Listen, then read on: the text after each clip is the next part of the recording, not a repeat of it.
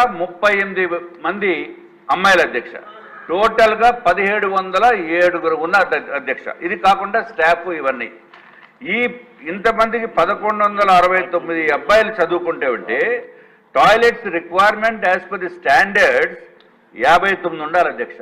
కానీ ఉన్నాయి ఏంటంటే తెలుసు అధ్యక్ష, 14 ఉన్నాయి. అంటే షార్ట్ ఫాల్ ఎంత ఉన్నాయండి? 45 టాయిలెట్స్ లేవు, యూరినల్స్ నేను చెప్పేది.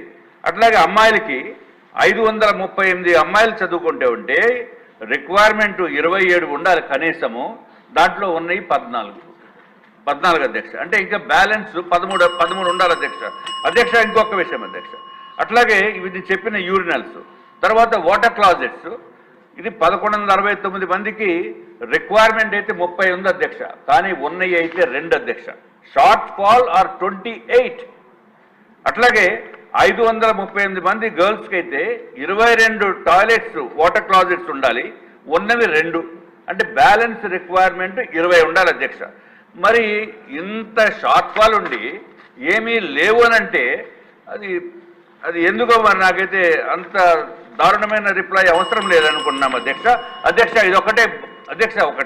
ఇది కేవలము ఓన్లీ ఈ పాలిటెక్నిక్ కాలేజ్ అనే కాదు అధ్యక్ష. ప్రైవేట్ స్కూల్స్లో నాకు 2 మనవరాళ్ళు అధ్యక్ష. వాళ్ళిద్దరు యుఎస్ సిటిజన్స్.